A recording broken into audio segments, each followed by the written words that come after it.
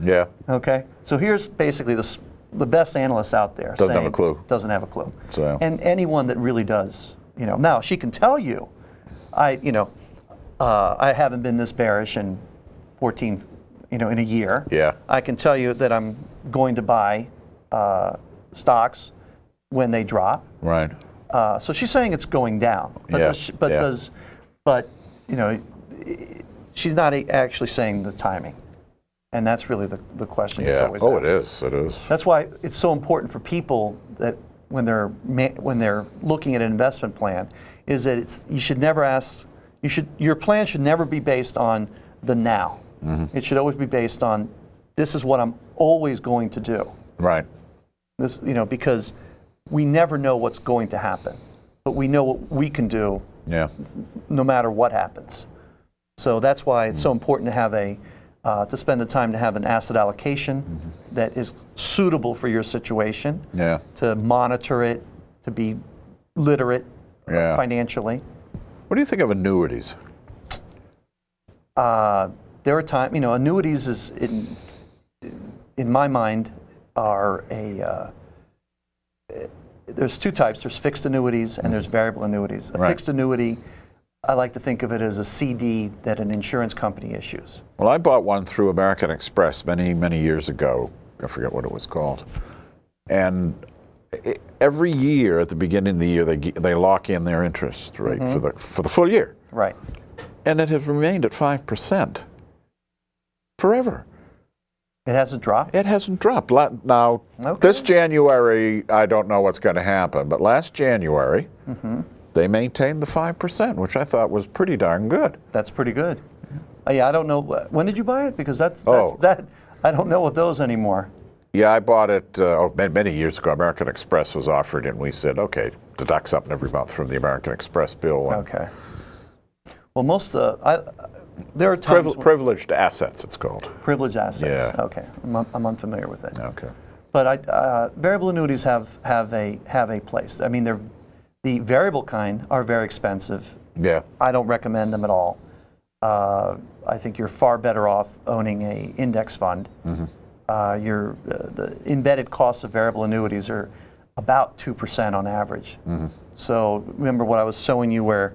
How much money you have if you're paying your advisor 2%, if you're paying your variable annuity 2%, and if you think about, if you think of in terms of the old, like the mafia, okay? If you need 4% and you're paying your advisor 2%, he's getting 1/3 of your distribution of your retirement, which is hefty. This is hefty. You're much better off owning a Vanguard. I agree. Is my opinion, or one of the other low-cost funds. There's all these new funds out there called exchange-traded funds, right? Which are fantastic. Charles Schwab just came out with a exchange-traded fund program where you can buy them for 0 commission, sell them for 0 commission. You can hold them for a day or hold them for 20 years. Yeah. And the embedded costs are, per $1,000 are $1. Yeah. Which is so cheap. You can't find that's $1 per year. Yeah. Okay, you can't find that any other place right now. And I predict that this ETF, exchange traded funds, that Schwab is doing is going to set up a wave of these types of products at all of the major firms like Fidelity and Vanguard and T. Rowe. Yeah. Because you just can't compete anymore. The mutual funds can no longer compete at that level. So that's something to consider. Yeah. Well, with this particular annuity I mentioned, I had reached a certain amount of money. I just left it there. Okay. And I said, well, 5%, that's fine. I can't get that out of my bank. No, that's great right now. So I'm letting it sit. Of course, if it dips, I'll just pull it out and put it elsewhere. Yeah, my bank, it's ridiculous. I get like, what, 0.12% or something. No, and if we go back to this chart here, I'm going to show you what inflation and withdrawals. I call this chart inflation and withdrawals. And you always hear people talk about their burying their cash in their backyard. Right. Okay? So I'm going to show you what happens. And that's this first column here called cash. I'm going to call this gross return. You make 0% because it's sitting in the backyard. You have inflation hitting you at 3%. So your net return is 3%. Now you take 5% out for your expenditures. At the end of the year, your 100 has grown to $92. Yeah. Okay? Now, by the way, these next three columns here, the money market, the corporate bond, and the stocks, are historical rates of return that we got from Ibbotson Associates, okay? Okay. Money markets have, even though they're only paying nothing right now at your bank, or CDs, or, you know, CDs, money same market thing, yeah. CDs, same thing, have averaged about 3.8%. If, after you factor in inflation, you're really making 0.8, you take your 5% out to live on, Yeah. you got $95.20 left at the end of the year. You can see how this spiral starts taking you down to zero. Sure. That's why you can't last 30 years on this.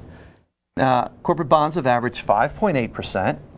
Again, the 3% inflation gives you a net of 2.8% return. You take out your 5%, that gives you $97.80. Finally, we get to the category of stocks. Why people invest in stocks? Because they retain your purchasing power, is really what it comes down to. So they've averaged 9.4. Your inflation is 3%, leaves you a net of 6. Take out your 5, you got more money than when you started. That's the essence of it. So most people need to stay in these two columns on the right, the stock and corporate bond. So when I talk about a 60% allocation to stocks, or a 50% allocation to stocks, and the rest in bonds, it means you got to stay on this side. Yeah. Otherwise, you're guaranteed to run out of money. I mean, here in this cash, you're down to $92. I don't know what the math is, but you know, you're probably going to run out of money in 12 years or so. Under this money market thing, you might run out of money in 15 or 16 years. Okay, and under this corporate bond, if it was just that, you might run out in 20. And under stocks, under this scenario, you're never going to run out. No, that's good, because I plan to live to be 100. Under this scenario, you're never going to run out. Unfortunately, the problem with stocks is that average returns are meaningless when it comes to the distribution phase of life. Yeah. The order of returns is everything. How, by order, I mean what happens to you this year, right? Affects you. Because if you retired in 2007, like you did, and you had all your money in stocks, you lost your 50%. Well, I would have. Right, you would have. So that would have been the order of how you would have had it invested. Is very different than someone who retires in March of 2009 and has all their money in the stock market and it goes up. The scary part of stocks, though, is you not knowing precisely where to go. Lots of people were making fairly good money in media stocks, which now are down the toilet, especially newspapers. Yeah. People had all kinds of money in Microsoft and AOL. Microsoft isn't doing that well anymore. They're okay, right. But AOL is. Yeah, it's history. Yeah, all of a sudden these lovely money markets and money producers. It seems like almost overnight they're gone.